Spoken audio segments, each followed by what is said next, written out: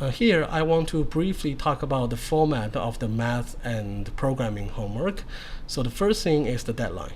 So for every math homework, there is an official deadline. So this deadline is for the students who want to volunteer to share their solutions on Piazza.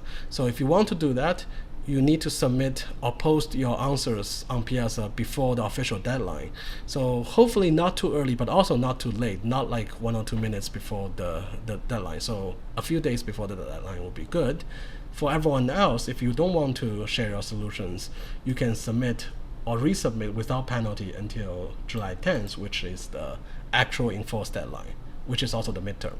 So for the first 7 math homework, the actual enforced deadline is before the midterm, and for the next 5 math homework, the deadline is before the final exam. So the reason I'm asking people to share their solutions before the deadline, the actual deadline, is that your questions are generated based on your ID. So everyone gets a different version of the question. So you cannot just copy from the solution from another student and get the points. So for example, if you enter your ID here, and if you click confirm or hit enter, then you'll get your version of the questions. So basically the numbers and the expressions will be random depending on your ID. There are 3 main question types that will appear on both the math homework and the exams. You'll be asked to enter a number, enter a vector, or enter a matrix.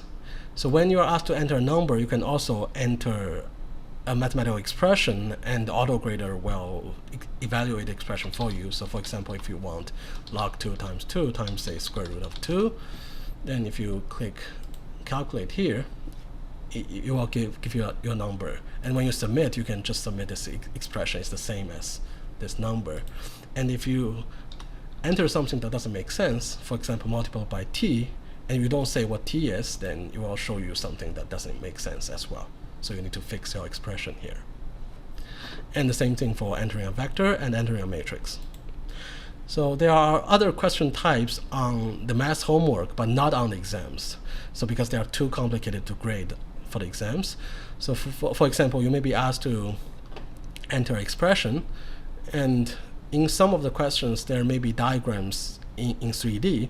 So if your computer cannot display these diagrams, you should contact me and we can figure out how to make them display properly.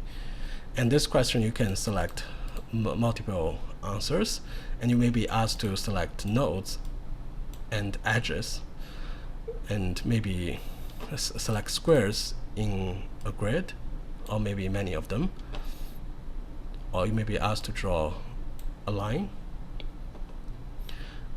or you may be asked to draw a graph. So for example, 0 to 1, 0 to 1, and 0 back to 0.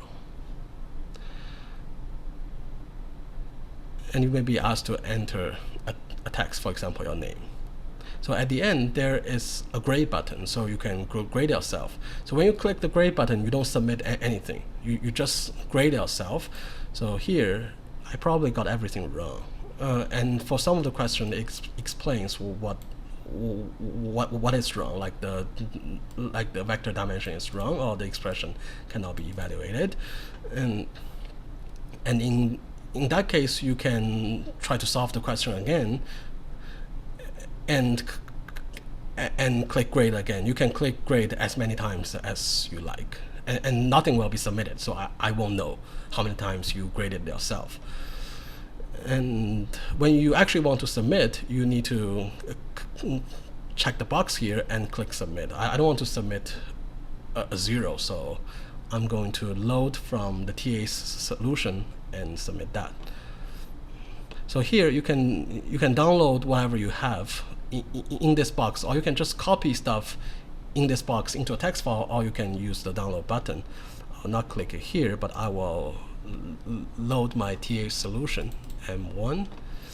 And if you look at the file, you can actually write the file yourself. The first 2 lines are the same, the math homework number and your ID, and And the next few lines are basically just number 1, your answer, number 2, your answer, and so on. So basically you can write stuff in a text file and click load. So hopefully it loads everything back. It seems to be okay. And when I click grade, everything is correct. And now you can check the box and you can click submit. You need to wait a while and it will say successful submission. So if it says something else, it means the submission is not successful. So you should probably send me an email and tell me that there is a problem. And also you can download the text in this text box using the download button or copy it yourself, and you can submit the text file on Canvas to the Canvas assignment M1, and that'll be okay too. So that's math homework number 1. Let's look at the second one.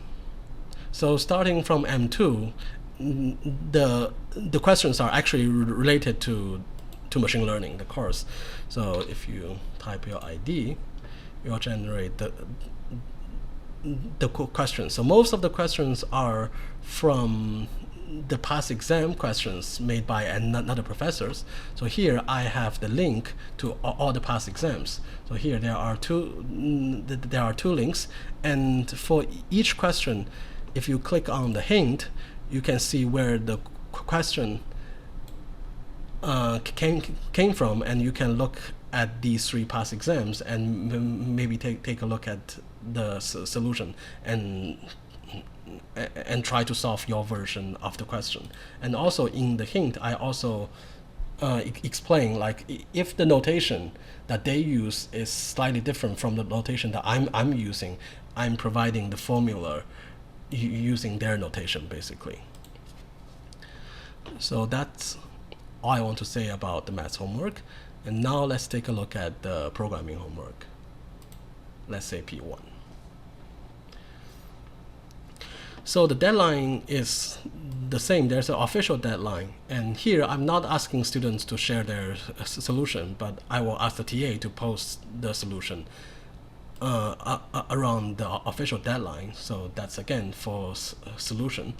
And the actual deadline is by the end of the term, basically. So I think it's 1 week after the final exam. And everything else is the same. And you need to type in your ID.